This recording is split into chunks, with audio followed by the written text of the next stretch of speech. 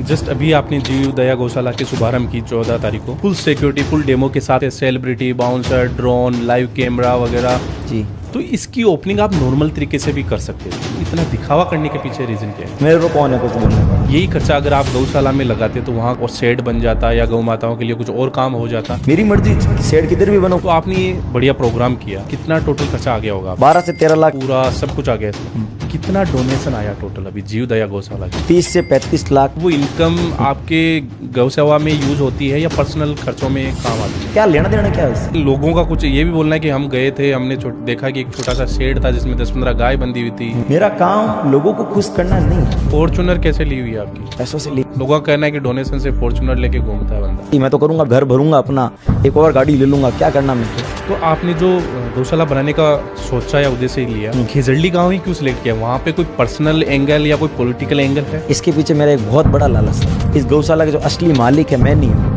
लोग आपको परवीन सिंह चौहान से कंपेयर करते हैं, आपको ट्रोलिंग ज्यादा करते हैं, उनको ट्रोलिंग नहीं करते, ऐसा क्यों? मेरा नाम रौनक चौधरी है और मैं 5 गौशाला का निर्माण कर चुका हूँ। मैं भी बोल दूं, मैंने नहीं करा। अगर मेरे 5 बीघा जमीन है उसमें मैं 2 शेड बना दूं तो उससे 2 गौशाला तो होती नहीं है। आपने देखा होगा इंस्टाग्राम पे, प्लीज यार मदद कर दो, प्लीज 1000 फॉलोअर मैं ये कर लूंगा, शेयर करोगे तो ये कर लूंगा। एक बात बताओ, 1000 फॉलोवर पे एक गौ माता की सेवा होगी तो उनके तो अभी मिलियंस में फॉलोवर है। और बोल कौन रहा है? जो ऑलरेडी गौशाला चला रहा है। मैंने वीडियो देखा है आपके, आप जिसमें पत्थर उठा रहे हो, उससे गंदगी आपके नहीं लगती? ये जो व्हाइट शर्ट पहनता हूँ आज तक एक सिंगल दाग नहीं है। क्या आप सेवा उतनी ही करते हो जब तक कैमरा ऑन रहता है, उसके बाद सेवा नहीं करता? भाई जैसा जिसको सही लगे। रौनक भाई ने पहले एक बार कहा था कि डोनेशन नहीं लूंगा। आपने जनता के बीच बीच में हर जगह स्कैनर लगा रखा था। अब क्या करूँ मैं? गौ माता के छाए नहीं है, मुझे मेरी फॉर्च्यूनर बेचनी पड़ रही है, मेरी गले की चेन रखनी पड़ रही है, पर मैं रुकूंगा नहीं। नमस्कार दोस्तों, अगर आप राजस्थान से हैं तो आपको ये ज़रूर पता होगा कि हाल ही में एक बहुत बड़ा इवेंट हुआ था जोधपुर में, जीव दया गौशाला का उद्घाटन समारोह, जहां पूरे राजस्थान से तमाम बड़े बड़े इन्फ्लुएंसर, पॉलिटिशियंस, सेलिब्रिटीज को बुलाया गया था। जहां ओम जी मुंडेल के भजन में बॉस, जिन्हें आप कुशालगिरी महाराज के नाम से जानते हैं, रोनी रमन, कार्तिक के जैसे बहुत राजस्थान के बड़े बड़े चेहरे देखे गए। अब हर एक गौशाला के निर्माण में इतने बड़े चेहरे देखने को आपको नहीं मिलते होंगे, तो क्या ये दिखावा करके गौ माता के नाम पर डोनेशन इकट्ठा करने का एक नया तरीका ढूंढ लिया गया है? क्योंकि कुछ लोगों का यह भी कहना है कि गौ माता के नाम पे गौशाला में 2-3 गौ माताएं ही दिखी और सब मार्केटिंग स्टंट था। तो कमेंट्स एंड ट्रोल्स के हिसाब से ये मान लेना सही है क्या कि ये एक सिर्फ 19 साल के बच्चे द्वारा रची रचाई महफिल थी, और वो भी सिर्फ अपने फॉलोअर्स के मनोरंजन के लिए और कंटेंट बनाने के लिए किया गया प्लान था? उनको ये दिखाने के लिए कि मेरा नाम रौनक चौधरी है और मैं हूं एक सच्चा गौसेवक। तो चलिए ये सब रौनक चौधरी से ही पूछ लिया जाए।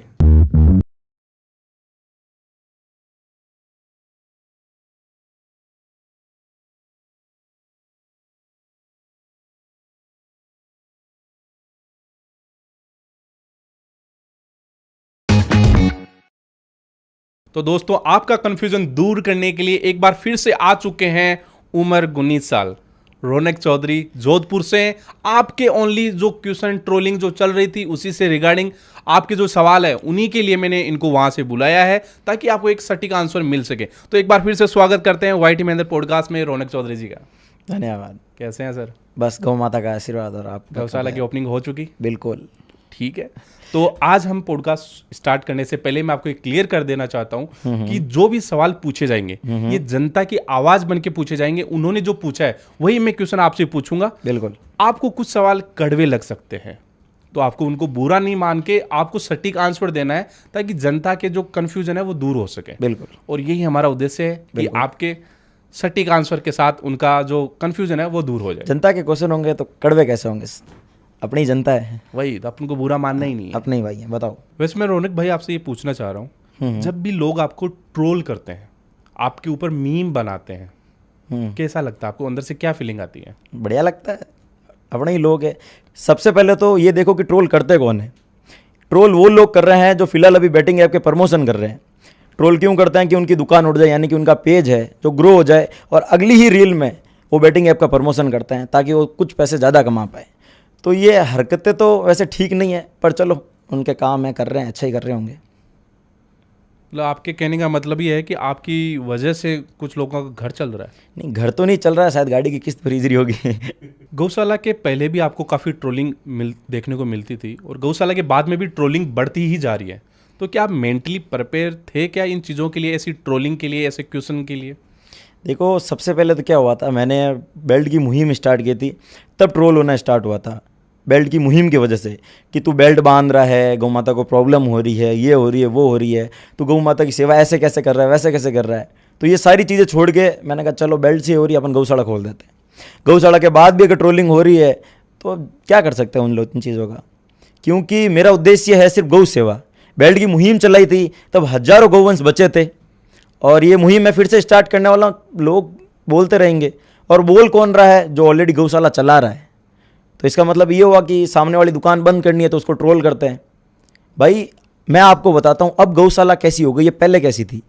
पहले अगर दूसरी गौशाला खुलती थी तो लोग खुश होते थे कि अगर अच्छा मेरे गांव में गौशाला है तो मैं अपनी गाय सारी कवर कर लूँगा, उस गांव में गौशाला खुल रही है तो वो उस गांव की कर लेगा। बट अभी क्या हो रहा है ना, एक माइंडसेट हो गया है कि अच्छा मैंने गौशाला खोल ली है, मैं ट्रेंड में हूँ, अगर कोई दूसरा आ गया तो वो हो जाएगा।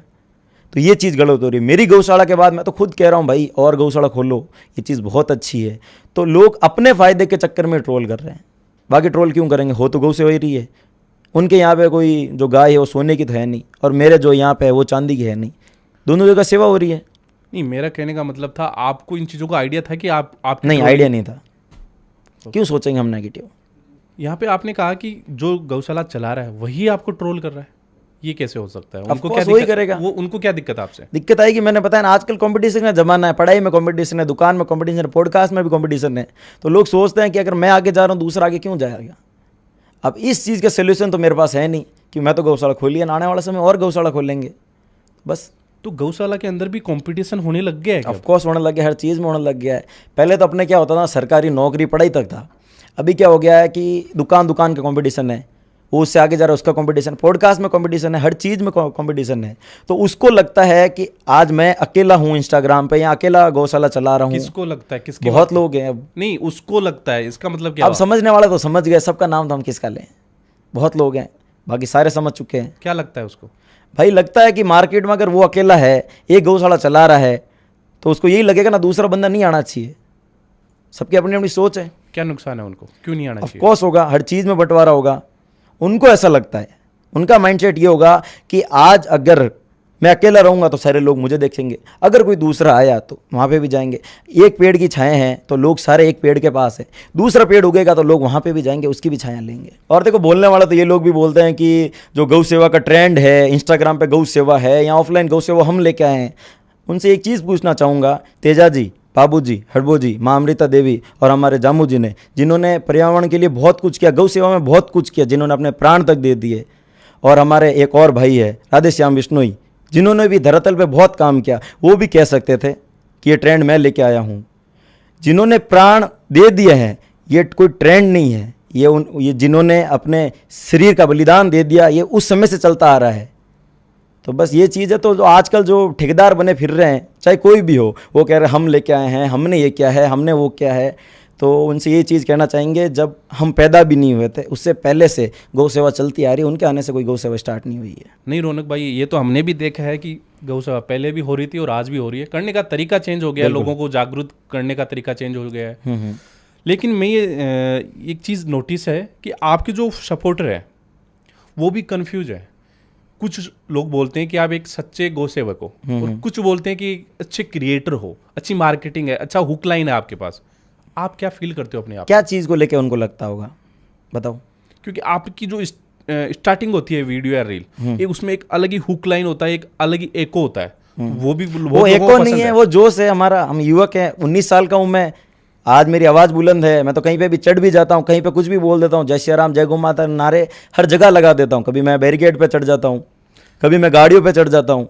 ये जोश है। बस एक्चुअली क्या हो गया ना, ये माइंड वॉश हो चुका है कि पॉडकास्ट ऐसे ही होता है, गौ सेवा वैसे ही होती है। ये बस तरीके अलग अलग होते हैं। मेरा जो तरीका है, जैसे मैं कर रहा हूँ, मैं वैसे ही करूँगा ना।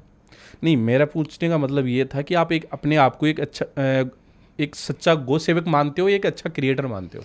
देखो, मैं बस काम करता हूँ। मेरे साथ वाला कुछ भाई है, वो मेरी रील शूट करते हैं, वही एडिट करते हैं, वही अपलोड करते हैं, तो बस उनका तरीका अलग होगा। मैं तो मेरा काम कर रहा हूँ, मेरे काम करते समय वो रील शूट करते हैं और वो डाल देते हैं। यहाँ पे आपने बताया कि एक 19 साल के लड़के का ये जोश है, बिल्कुल। तो आप 20 के कब होने वाले हो? क्योंकि लोगों का यही कहना है भाई साहब ये 19 से आगे बढ़ ही नहीं रहे।